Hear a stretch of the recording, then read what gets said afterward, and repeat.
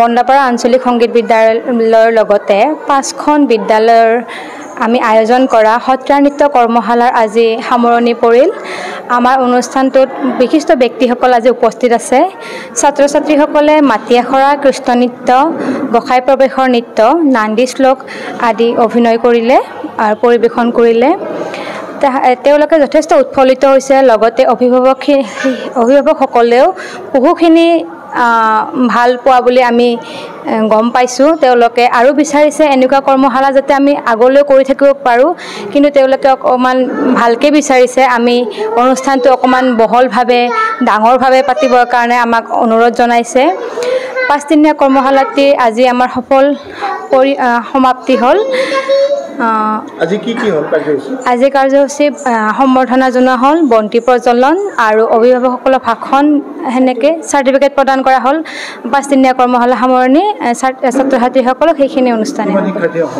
আমাৰ কমেও 60জন শিক্ষাৰ্থী আছিলে আৰু বহুতখিনি অনুপস্থিত আজি উপস্থিত থাকিব নোৱাৰিলে বহুখিনি।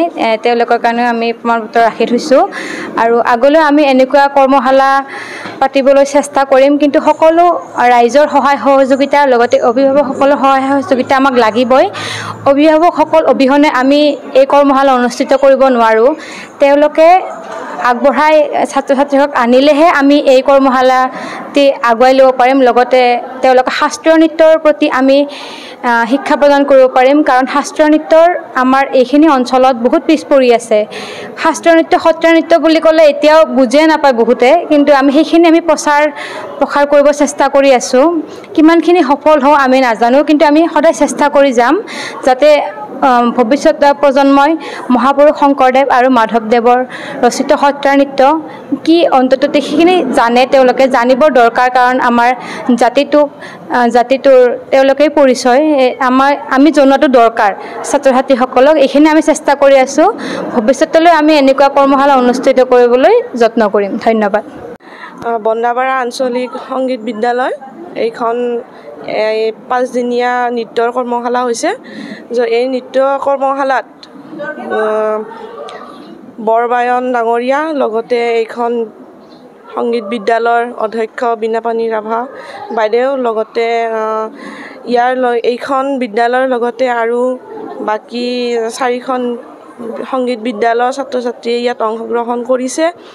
লগতে এইখন বিদ্যালয়ত চলাই নিয়াকৈ সুচিত্ৰা ৰাভা, তীনামণি ৰাভা, কৃষ্ণাংগী দাস বাইদেউ তেওঁলোকক যথেষ্ট সহায় সহযোগিতা চলাই নিছে আৰু আমাৰ ল'ৰা ছোৱালীবিলাকক যথেষ্ট পৰিমাণে আগুৱাই লৈ গৈছে। মোৰ ছোৱালীজনী এইখন বিদ্যালয়তে আজি এবছৰ ধৰি শিকি আছে।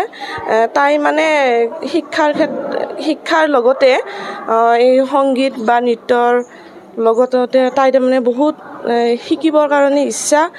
সেইকাৰণে তাইক যোৱা বছৰ কৰ্মশালা হোৱাতে মই নাম লগাই দিলোঁ।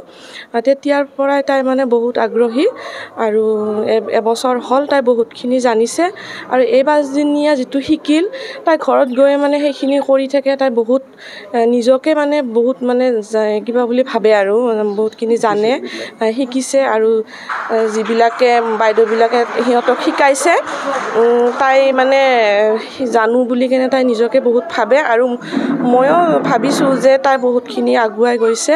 আৰু তাইৰ লগতো বাকী যিবিলাক বিদ্যালয়ৰ ল'ৰা ছোৱালী আহিছে, সিহঁতেও বহুতখিনি শিকিছে আৰু এনেকৈয়ে শিকি যাওক, আমি এইটো আশা কৰিছোঁ। আৰু ইয়াৰ লগতে যাতে আৰু আগন্তুক কৰ্মশালা হয়, আমাৰ ল'ৰা ছোৱালীবিলাকে যে আগুৱাই যায়, এইখন বিদ্যালয়ৰ লগতে আমাৰ গাঁৱৰ বা অভিভাৱিকাসকলৰো সুনাম কঢ়িয়াই আনে, বিদ্যালয়ৰ সুনাম কঢ়িয়াই আনে, গাঁওখনৰ কঢ়িয়াই আনে।